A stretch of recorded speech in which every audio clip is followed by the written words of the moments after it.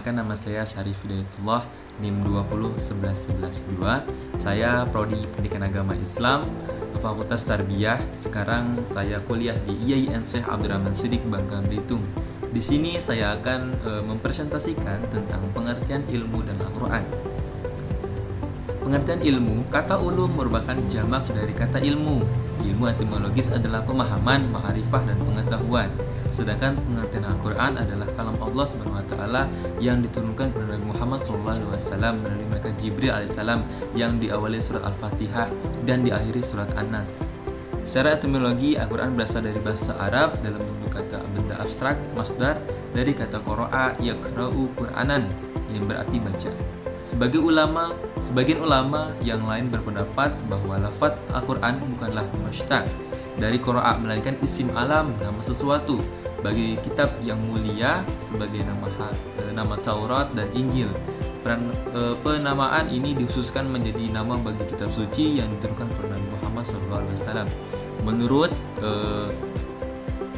gramatika bahasa Arab, bahwa Al-Quran adalah bentuk masdar dari kata qara'a yang maknanya muradif atau sinonim dengan kata qiraah, artinya bacaan tanpa tidak menyalahi aturan. Karena mengingat pemakaian yang diperlukan Al-Quran dalam berbagai tempat dan ayat. Misalnya di antara surat Al-Qiyamah antara 17 sampai dengan 18 yang artinya, sesungguhnya atas tanggungan kamilah mengumpulkannya di dadamu dan membuatmu pandai membacanya. Dan apabila kamu telah selesai membacanya, maka ikutilah bacaan itu. Surat Al-Qiyamah ayat 17 sampai dengan 18. Selanjutnya surat lain seperti surat Al-A'raf ayat 204 yang artinya, dan apabila dibacakan Al-Quran, maka dengarkanlah baik-baik dan perhatikanlah dengan tenang, agar kamu mendapat rahmat dari Allah SWT. Amin, amin.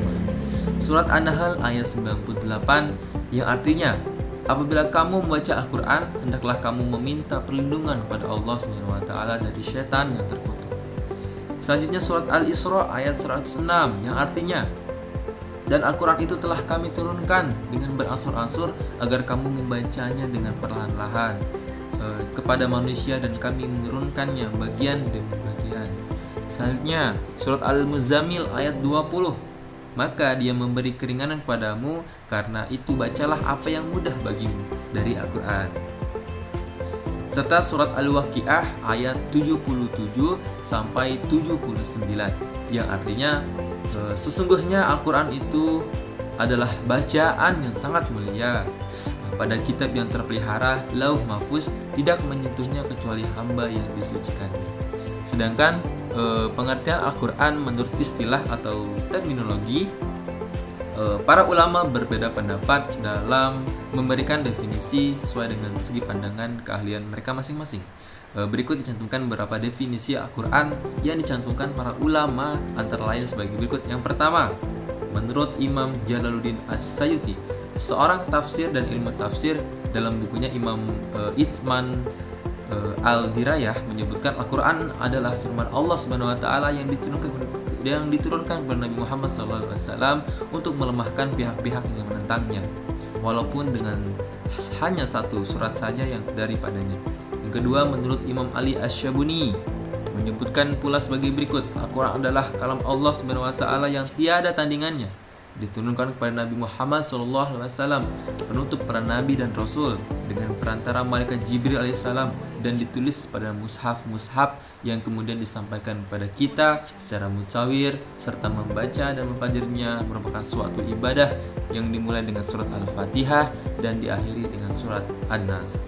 Yang ketiga, menurut Syekh Muhammad Al-Qudari dalam bukunya Ushul Al-Fiqh, Alkitab itu ialah Al-Quran, yaitu firman Allah SWT yang berbahasa Arab yang diturunkan kepada Nabi Muhammad SAW untuk dipahami isinya, untuk diingat selalu, yang disampaikan kepada kita dengan mutawir dan telah tertulis di dalam suatu mushaf antara kedua kulitnya, dimulai dengan surat Al-Fatihah dan diakhiri dengan surat An-Nas.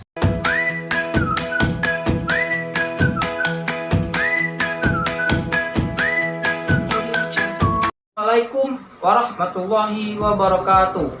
Perkenalkan, nama saya Ari Apriansah, NIM 2011109.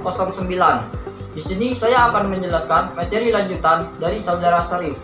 Berdasarkan definisi-definisi yang telah dijelaskan sebelumnya, maka unsur-unsur terpenting di dalam Al-Quran itu adalah yang pertama, Al-Quran itu adalah firman Allah Subhanahu wa Ta'ala yang diturunkan kepada Nabi Muhammad SAW melalui perantara malaikat Jibril alaihissalam, sebagaimana yang difirmankan dalam surat Asy-Syu'ara ayat 193 yang berbunyi, Bismillahirrahmanirrahim, nazala bihir ruhul amin, yang artinya yang dibawa turun oleh Ar-Ruh Al-Amin.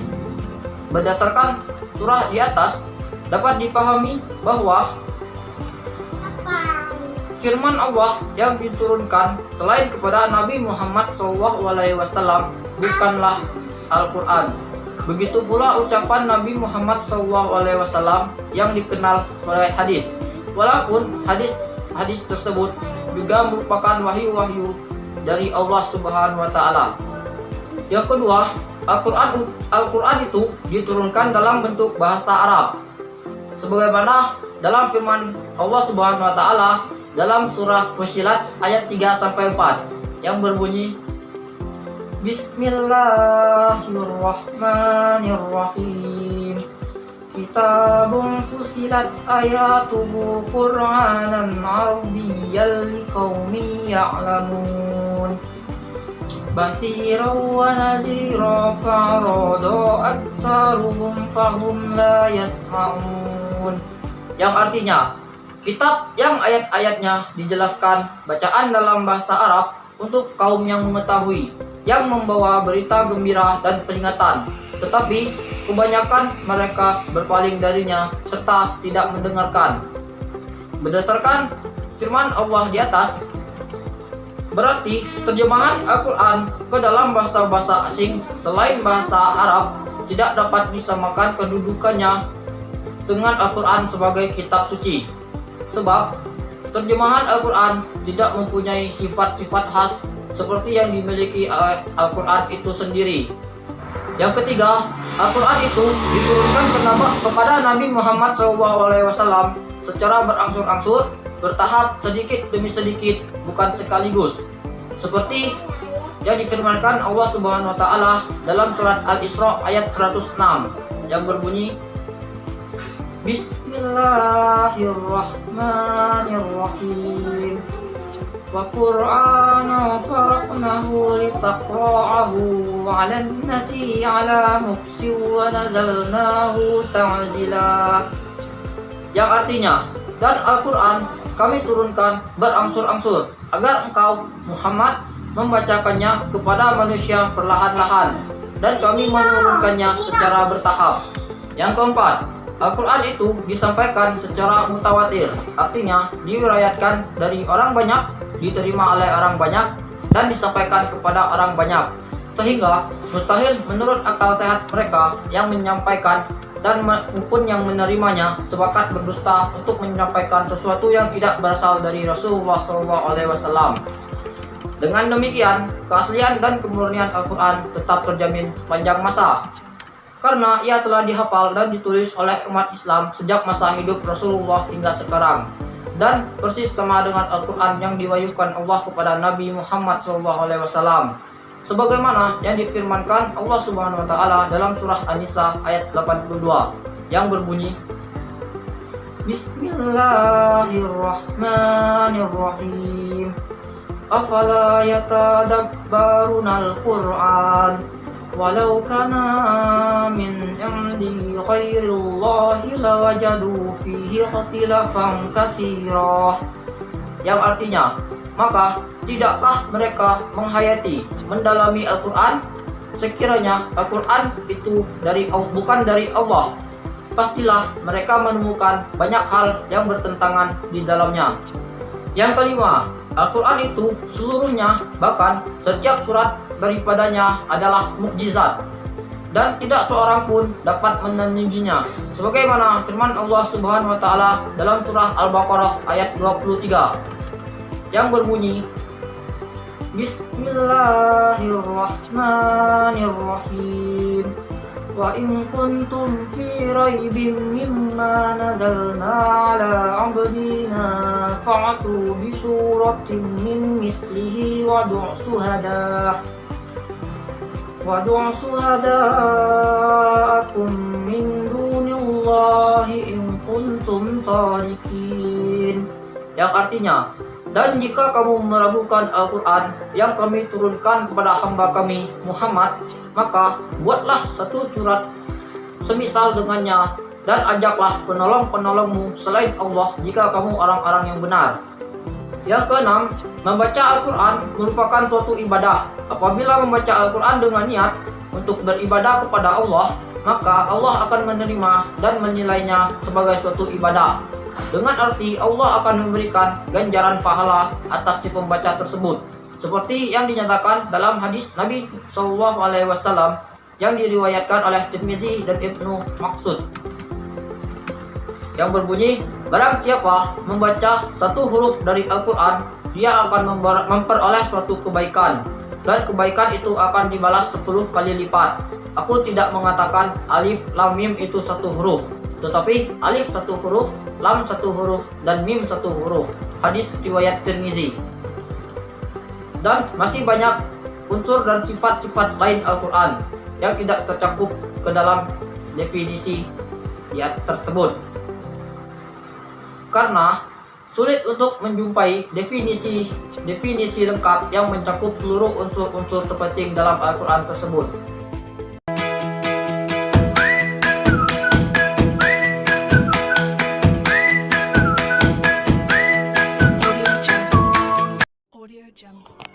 Bismillahirrahmanirrahim. Perkenalkan, nama saya Syifa Rika dengan NIM 2011100. Di sini saya akan menjelaskan tentang ruang lingkup dan pokok bahasan ulumul Quran. Ruang lingkup pembahasan ulumul Quran pada dasarnya luas dan sangat banyak karena segala aspek yang berhubungan dengan Al-Quran, baik berupa ilmu agama seperti tafsir, ijaz dan qiraah, maupun ilmu-ilmu bahasa Arab seperti ilmu balaghah dan ilmu i'rab Al-Quran adalah bagian dari ulumul Quran. Hal ini didasarkan kepada jumlah kata yang terdapat dalam Al-Quran, di mana tiap kata dikalikan 4, sebab setiap kata dalam Al-Quran mengandung makna zahir, batin, terbatas dan tidak terbatas. Ruang lingkup ulumul Quran ini berkembang dan semakin kompleks sesuai dengan kebutuhan yang perlu segera diselesaikan dalam pembahasan yang berkaitan dengan Al-Quran. Akan tetapi dalam perkembangan ulumul Al-Quran selalu berpegang kepada sumber-sumber dasar hukum Islam. Yang pertama yaitu Al-Quranul Karim. Al-Quran terkadang memuat ayat-ayat yang global, akan tapi dijelaskan secara terperinci pada ayat lainnya, baik membatasi atau menghusyukkan. Inilah disebut dengan tafsir Al-Quran dengan Al-Quran. Yang kedua yaitu adalah Nabi Muhammad SAW. Beliau yang bertugas menjelaskan Al-Quran. Karena itu wajar jika para sahabat bertanya kepada beliau ketika mendapatkan kesulitan dalam memahami suatu ayat. Di antara kandungan ayat Al-Quran terdapat ayat yang tidak dapat diketahui kecuali penjelasan Rasulullah SAW. Misalnya rincingan tentang perintah sholat. Yang ketiga yaitu para sahabat. Para sahabat merupakan orang paling dekat dan tahu dengan apa yang diajarkan oleh Rasulullah. Riwayat dari para sahabat yang berasal dari Rasulullah SAW cukup menjadi acuan dan pengembangan ilmu-ilmu Al-Quran. Yang keempat yaitu pemahaman dan ijtihad. Apabila para sahabat tidak mendapatkan tafsiran dan Al-Quran dan tidak pula mendapatkan sesuatu yang berhubungan dengan hal itu dan dari Rasulullah SAW, dan banyak perbedaan di para sahabat, maka mereka melakukan ijtihad dengan mengerahkan segenap kemampuan nalar.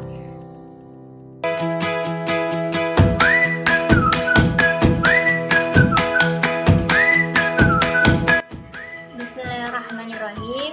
Assalamualaikum warahmatullahi wabarakatuh.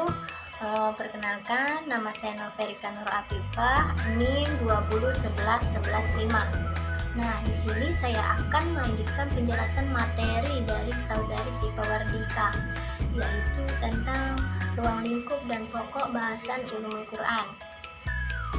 Nah, menurut Hasbi As-Siddiqi tahun 1904 sampai 1975 Masehi, berbagai macam pembahasan Ulumul Quran tersebut pada dasarnya dapat dikembalikan kepada beberapa pokok bahasan saja, antara lain yang pertama yaitu nuzul.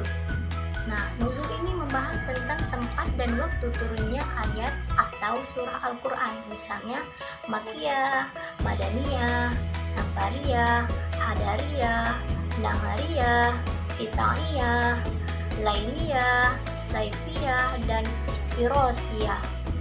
Pembahasan ini juga meliputi hal yang mencakup asbabun nuzul dan sebagainya. Yang kedua yaitu sanad. Sanad ini yaitu meliputi hal-hal yang membahas sanad yang mutawatir, syad, ahad, bentuk-bentuk qiraat atau bacaan Nabi, para penghafal dan periwayat Al-Quran, serta cara tahammul atau penerimaan riwayat. Yang ketiga yaitu ada Al-Quran qiraah. Nah, ada Al-Qiraah ini mencakup tata cara membaca Al-Quran seperti waqaf, ibtida, mad, imalah, hamzah, takhfif, dan idgham. Yang keempat yaitu aspek pembahasan yang berhubungan dengan lafaz Al-Quran, yaitu tentang gharib, mu'rab, musyatarah, majaz, muradif, isti'arah, dan tasyibih. Nah, yang kelima yaitu aspek pembahasan makna Al-Quran yang berhubungan dengan hukum, misalnya ayat yang bermakna am dan tetap dalam keumumannya, am yang dimaksudkan khusus, am yang dikhususkan oleh sunnah, nas, nahir, mujmal, mufassasar, mafhum, mantub, mutlak, muqayyad, muhkam, mutasyabih, muskil, nasyib, mansukh, mukham, muqaddam, ma'mul, dan pada waktu tertentu, dan mahmul oleh seorang saja.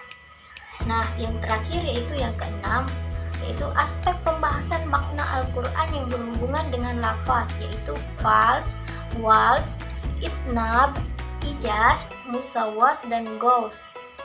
Nah, dari penjelasan di atas dapat ditarik kesimpulan bahwa secara garis besar pokok bahasan Ulumul Quran terbagi menjadi dua aspek utama, yaitu yang pertama itu ilmu yang berhubungan dengan riwayat semata-mata, seperti ilmu yang mempelajari tentang jenis-jenis bacaan atau qiraat, dan tempat dan waktu turunnya ayat-ayat atau surah Al-Quran, yaitu Makkiyah dan Madaniyah, dan sebab-sebab turunnya Al-Quran atau asbabun nuzul.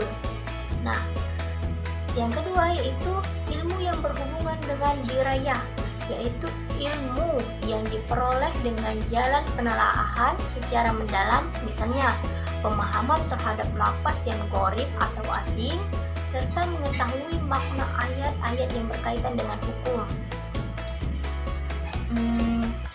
Itulah yang dapat saya jelaskan. Apabila ada kesalahan kata, saya mohon maaf. Kepada Allah saya mohon ampun. Dan untuk materi selanjutnya akan dijelaskan oleh saudara Fahmi Aufa.